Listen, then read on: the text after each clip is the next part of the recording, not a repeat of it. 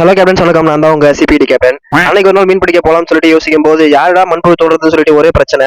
ஆனா என் ஃப்ரெண்டு நானே தோன்றேன் அப்படின்னு சொல்லிட்டு ஆரம்பிச்சான். கோடை காலத்துல மண்புழு கிடைக்கிறது ரொம்ப கஷ்டம். அதனால மாடு கழிவுகள் கொட்டுற இடத்துல பாத்தீங்கன்னா கண்டிப்பா இருக்க வாய்ப்பு இருக்கு. இந்த வீடியோ ஃபுல்லா பாக்கிறதுக்கு முன்னாடி இந்த வீடியோக்கு ஒரு லைக் போட்டு விட்டு பாருங்க. ஃபர்ஸ்ட் பாத்தீங்கன்னா எங்க மாமா தான் வந்து மீன் பிடிக்கணும்னு சொல்லிட்டு ஆரம்பிச்சாரு. சரி, அவர் கண்டிப்பா பிடிப்பாரு, அவர் கூட போய் நின்று அவர் பாத்தீங்கன்னா வெறும் கல்லாத்தி தான் பிடிச்சி மலை தூக்கிட்டு வந்தாரு. ஆனா வலதுபுறமா எங்க சித்தப்பா வந்து நின்று பிடிச்சிட்டு இருந்தாரு. சரி, எங்க சித்தப்பா வச்சு பிடிப்பாரு அப்படின்னு சொல்லிட்டு அவர்கிட்ட போயிட்டு நின்று பார்க்க ஆரம்பிச்சிட்டேன். ஏன்னா இவர் மீன் பிடிக்க ஆரம்பிச்சிட்டாரு, கொஞ்சம் நம்பிக்கை வந்துருச்சு. இந்த பாருங்க, இந்த ஜிலேபி பாத்தீங்கன்னா கருப்பு நிறமா இருக்கு. அதுக்கப்புறம் பாத்தீங்கன்னா இங்க பாருங்க, இந்த பிங்க் நிறத்துலயும் நமக்கு வந்து ஜிலேபி கிடைச்சது. இதுதான் வந்து ரொம்ப மோசமான மீன் சொல்லுவோம். எதனாலனா இந்த மீன் கடிச்சதுன்னா நமக்கு வந்து உயிரிழப்பே வந்து ஏற்பட வாய்ப்பு இருக்கு. இது வந்து நாட்டு தேலி மீன். இதுகிட்ட கொஞ்சம் ஜாக்கிரதையாவே இருக்கணும். அவர் வந்து இதுல இருக்க வந்து கொடுக்க பாத்தீங்கன்னா உடச்சு விட்டுட்டாரு.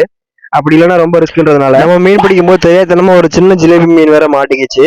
அது வந்து ஒரு கல்லாத்தி இடுக்குல வர மாட்டிச்சு. அது இல்லாம அதையும் எடுத்து என்ன பண்ணணும், தண்ணியில விட்டுட்டோம் போகட்டும்னு சொல்லிட்டு. பிடிச்சதா லைக் பண்ணுங்க, ஷேர் பண்ணுங்க, சப்ஸ்கிரைப் பண்ணுங்க.